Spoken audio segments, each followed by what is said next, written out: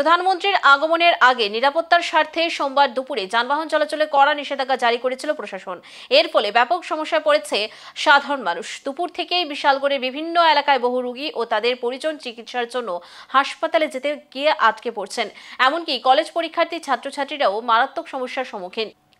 এক কলেজ পড়ুয়া পরীক্ষার্থী ক্ষোভ প্রকাশ করে বলেন, পরীক্ষা দিতে যেতে পারছে না। প্রশাসনকে জানালে তারা বলছে তাদের হাতে কোনো পারমিশন নেই। ঘটনায় সাধারণ মানুষের ক্ষোভ চরমে উঠছে। নিরাপত্তার কারণে প্রশাসন যান চলাচলে নিষেধাজ্ঞা জারি করলেও সোমবার দুপুরে তাদের প্রশাসনের এই নিষেধাজ্ঞার জেরে সাধারণের জনদুর্ভোগ বেড়েই চলেছে। স্যার, আমরা পরীক্ষা হয়েছে 2টার থেকে আর কি, তো আমরা এখন যাইতাম পারতেছি না, গাড়ি কিছু পাইতেছি না, জাম। কোনখানে আটকানো হয়েছে? আমরা এখন এই যে আজকে কি কারণে আটকানো হয়েছে? এটা তো জানি না, মোদি আটকানো হয়েছে, তো এদিকে গাড়ি জাম, আমরা যাইতাম পারতেছি না, কোনোভাবে যাইতাম পারতেছি না। যারা এখানে পুলিশ দায়িত্বে আছেন তারা কি জানাইছিলেন যে পরীক্ষা আছে? স্যারের কাছে কোনো পারমিশন নাই, মানে পরীক্ষার্থীরও পারমিশন নাই।